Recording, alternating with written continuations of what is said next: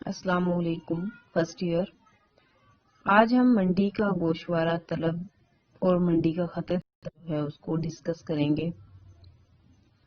Students, इससे पहले हम लोगों ने एक फर्द के हवाले से गोशवारा तलब और खत तलब बनाया जो कि एक फर्द तक महदूद था। यानी एक फर्द जो है वो किसी शय को किस तरह से डिमांड करता है जब उसकी उस शय की कीमत में कमी बेशी होती है। लेकिन स्टूडेंट्स, आपको पता है कि मंडी में कोई एक सारिफ नहीं होता, बल्कि मंडी से मुराद एक ऐसी जगह होती है जहां पर खरीदने और फरोख्त करने वालों की कसीर तादाद मौजूद हो।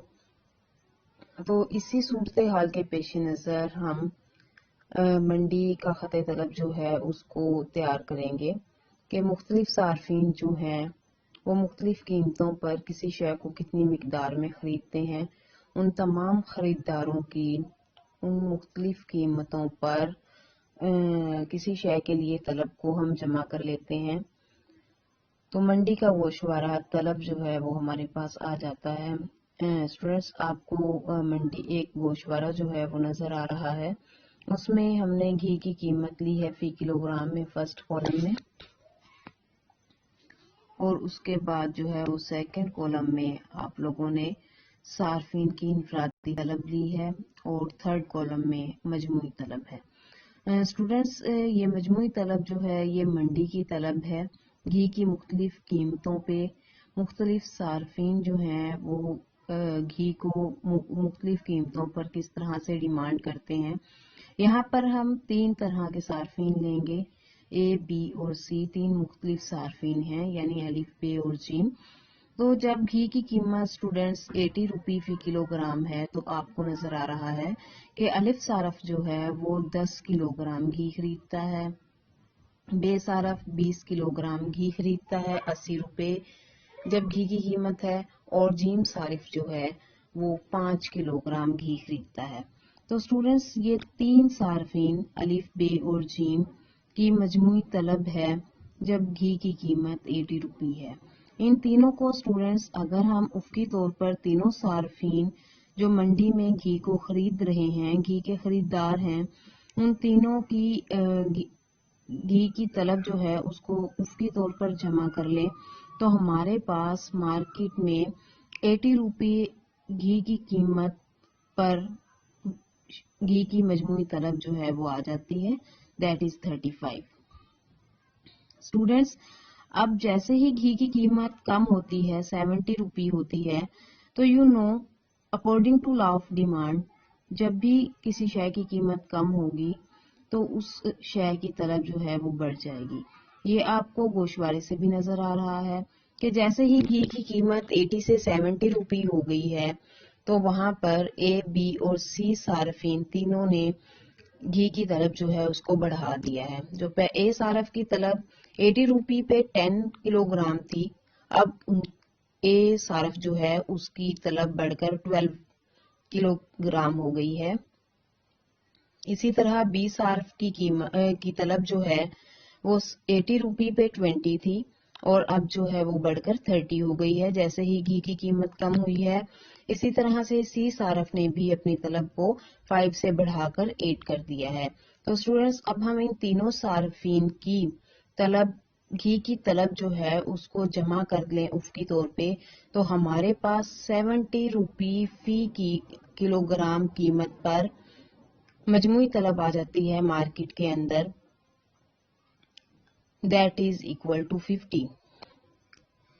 अब स्टूडेंट्स, अगर मजीद घी की कीमत कम हो जाती है तो उसी तरह से मजीद घी की तलब जो है सार्फिन घी की तलब को बढ़ा देते हैं, और 15, 40 और 10 इन तीनों को आप जमा कर लें तो मार्केट के अंदर 60 रुपये फी किलोग्राम कीमत पर तलब आ जाती है 65 kg।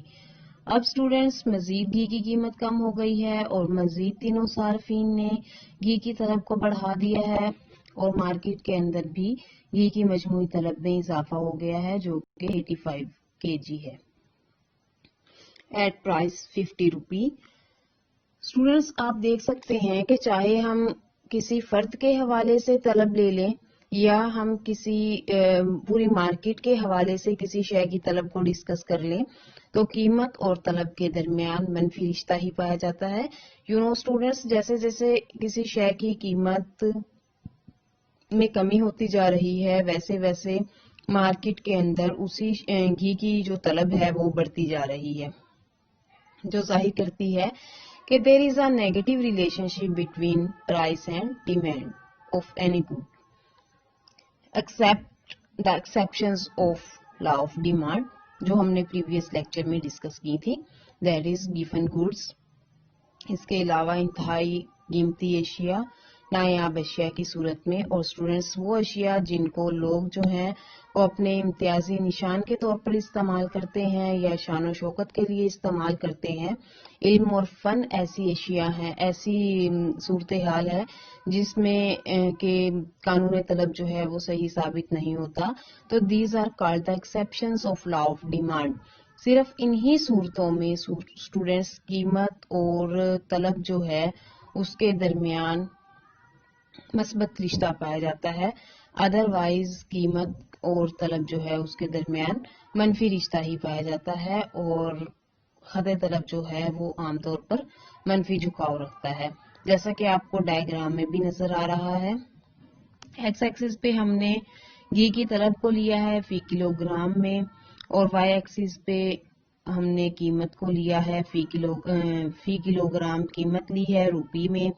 آپ لوگ گھی کی قیمت کو وائی ایکسس پہ رکھ لیں، اور مجموعی طلب جو ہے، چونکہ ہم منڈی کا ڈائیگرام جو ہے وہ خط طلب کا بنا رہے ہیں، تو یہاں پر آپ مجموعی طلب والے کولم کو لیں گے اور اس کو آپ اسکیل اپ کر لیں گے طلب کو ایکس ایکسس پہ.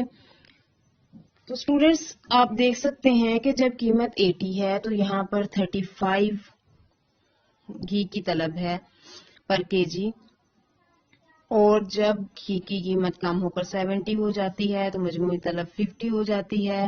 اسی طرح سے آپ کو دوسرا پوائنٹ حاصل ہو جاتا ہے خط طلب پر. اور گھی کی قیمت جب 60 ہوتی ہے تو مجموعی طلب 65 ہو جاتی ہے، تیسرا پوائنٹ آپ کو حاصل ہو جاتا ہے.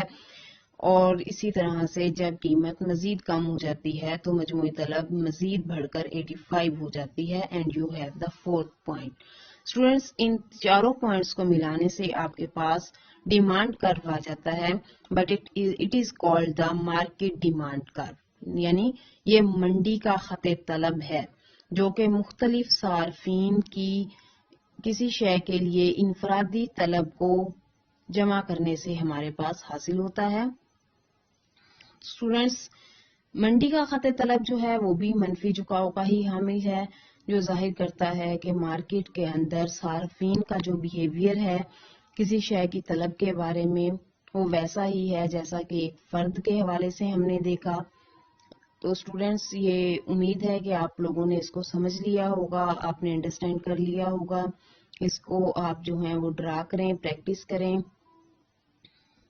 اوکے اسٹوڈینٹس، اللہ حافظ. اگر آپ کو کسی چیز کی سمجھ نہیں آتی تو آپ مجھ سے جو ہیں وہ پوچھ سکتے ہیں.